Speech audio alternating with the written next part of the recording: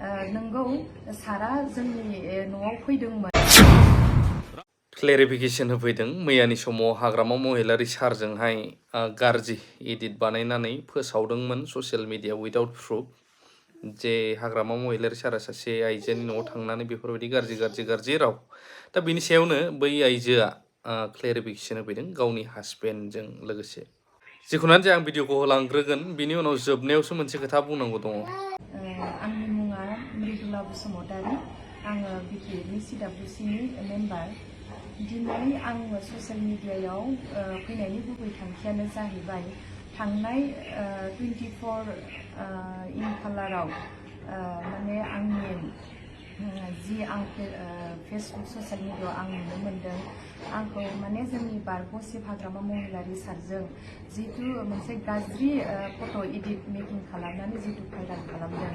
माखासे पेजाव आं नुनो मोनदों बे पेजनि मुङानो जाबाय वांजां पेज। बे पेजाव माने ओरैबायदि गाज्रि फट' भाइराल खालामदों। आं बिनि सोमोन्दै आं दिनै क्लियारिफिकेसन होनो होननानै फैदों।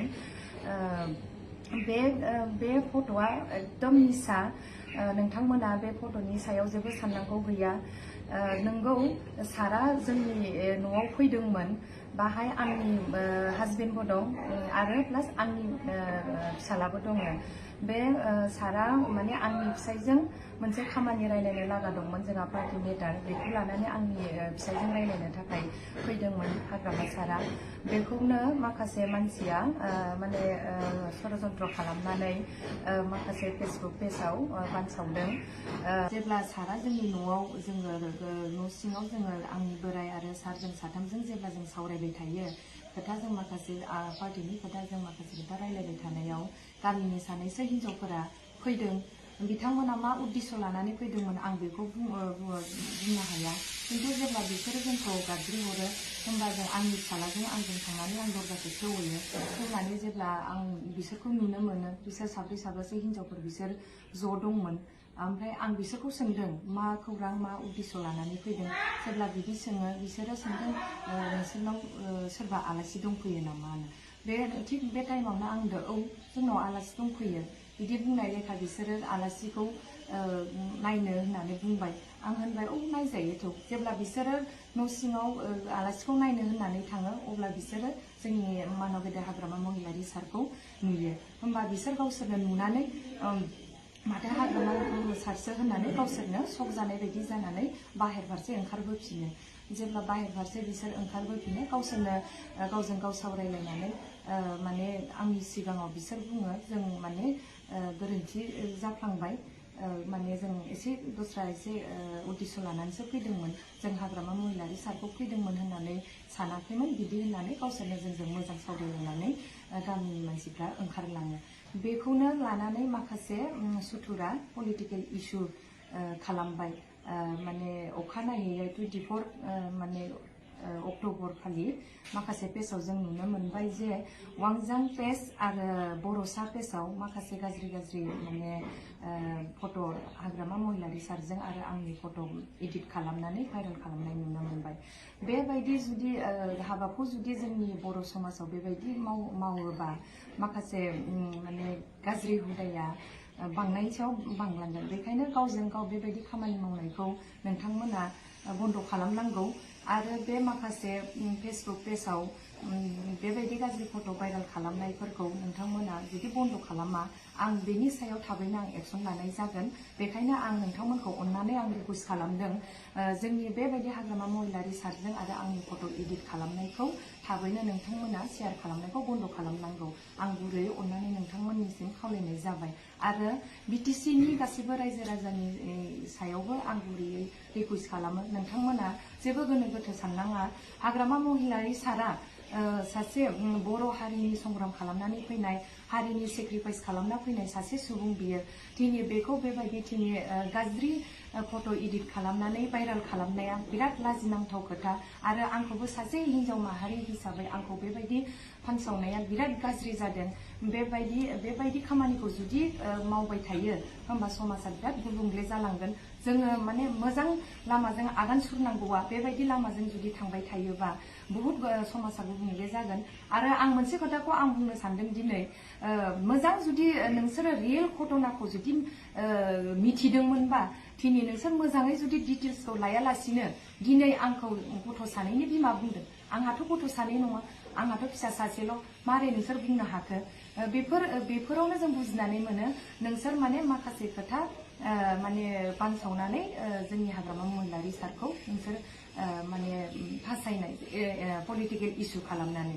बेखायनो आङो नोंथांमोननि सायाव आं गुरैयै खावलायनाय थाबाय, अननानै नोंथांमोना माखासे गाज्रि फेसबुकआव ससियेल मिडियायाव बुंनायफोरखौ बन्द' खालामनांगौ। आं दिनै बेखिनिखौनो बुंनानै दोनथ'नाय जाबाय। गोजोन्थों।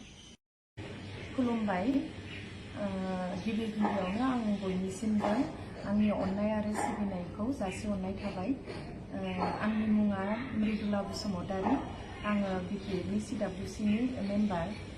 दिनै आङो ससियेल मिडियायाव फैनायनि गुबै थांखियानो जाहैबाय थांनाय 24 इम्फालाराव माने आंनि जि आं फेसबुक ससियेल मिडियायाव आं नुनो मोनदों, आंखौ माने जोंनि बारग'सिब हाग्रामा महिलारि सारजों जितु मोनसे गाज्रि फट' इडिट मेकिं खालामनानै जितु भाइराल खालामदों। माखासे पेजआव आं नुनो मोनदों, बे पेजनि मुङानो जाबाय वांजां पेज। बे पेजआव माने ओरैबायदि गाज्रि फट' भाइराल खालामदों। आं बिनि सोमोन्दै आं दिनै क्लियारिफिकेसन होननानै फैदों। बे फट'आ एकदम मिसा। नोंथांमोना बे फट'नि सायाव जेबो साननांगौ गैया। नोंगौ सारा जोंनि न'आव फैदोंमोन, बाहाय आंनि हासबेन्डबो दं आरो प्लास आंनि फिसालाबो दङ। बे सारा माने आंनि फिसाइजों मोनसे खामानि रायलायनो लागा दंमोन, जोंहा पार्टि मेटार। बेखौ लानानै आंनि फिसाइजों रायलायनो थाखाय फैदोंमोन हाग्रामा सारा। बेखौनो माखासे मानसिया माने षड़यन्त्र खालामनानै माखासे फेसबुक पेजआव बानसावदों।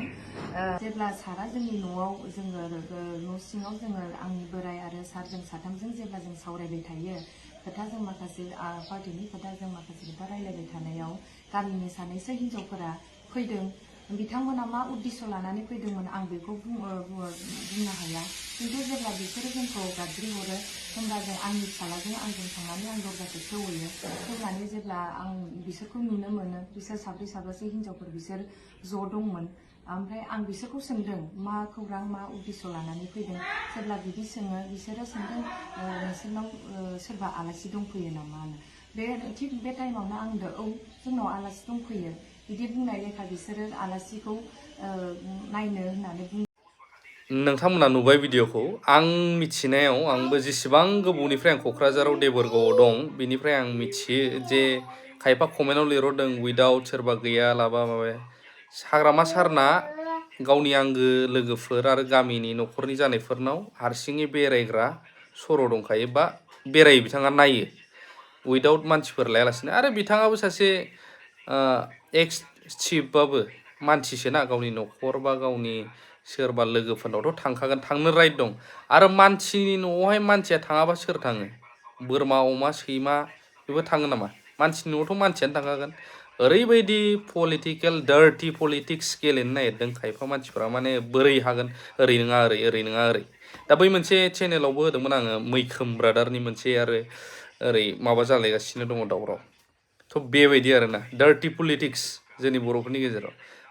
पलिटिक्सआव नांलायनाय खमलायनाय थागोन, नाथाय इसिबांबो डार्टि थांनाङा जे बेवहाय सोरबा न'खरनि फेमिलि, आइजोफोर, फिसाजोफोर बेफोरखौ लाबोफानो नाङा निउसफ्रावबो, आंनि बायदिब्ला। नोंथांमोना मा सानो कमेन्ट होनो हागोन।